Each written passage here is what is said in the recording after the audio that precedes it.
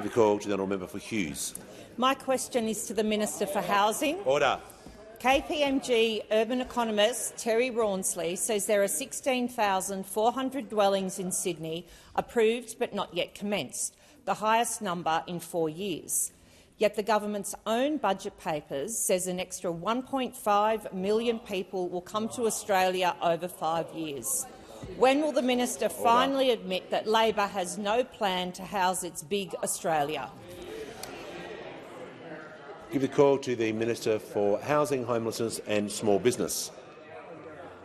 Thank you, Mr Speaker, and I'm pleased to outline our plans for housing again for the House, Mr Speaker, because of course we do have a comprehensive plan for housing. And one of the critical parts that I left out of the last answer actually was about the fact that we have on the National Cabinet agenda renters' rights and how we are meeting regularly with the states and territories. Under the former government, the housing ministers did not meet in almost 5 years. We've already had 4 meetings, Mr Speaker, where we are talking about how to get homes on the ground more quickly.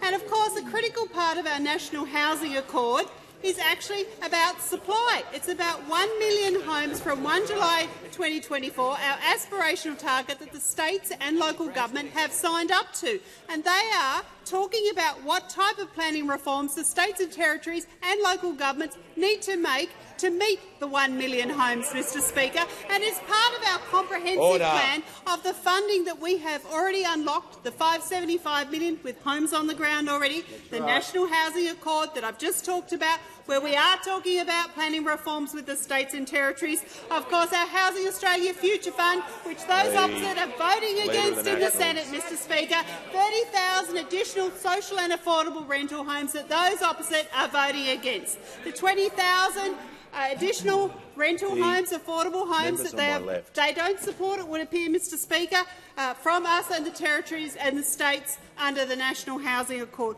We are getting on with the job of delivering more housing for Australians, but those opposite need to tell their senators in the Senate to get out of our way to support the Housing Australia Future Fund. We're talking about returns of $500 million each and every year to be delivered in more housing right across the country. Those opposite need to understand that fund is critical to institutional investment and getting more leverage and more investment in housing right across the country.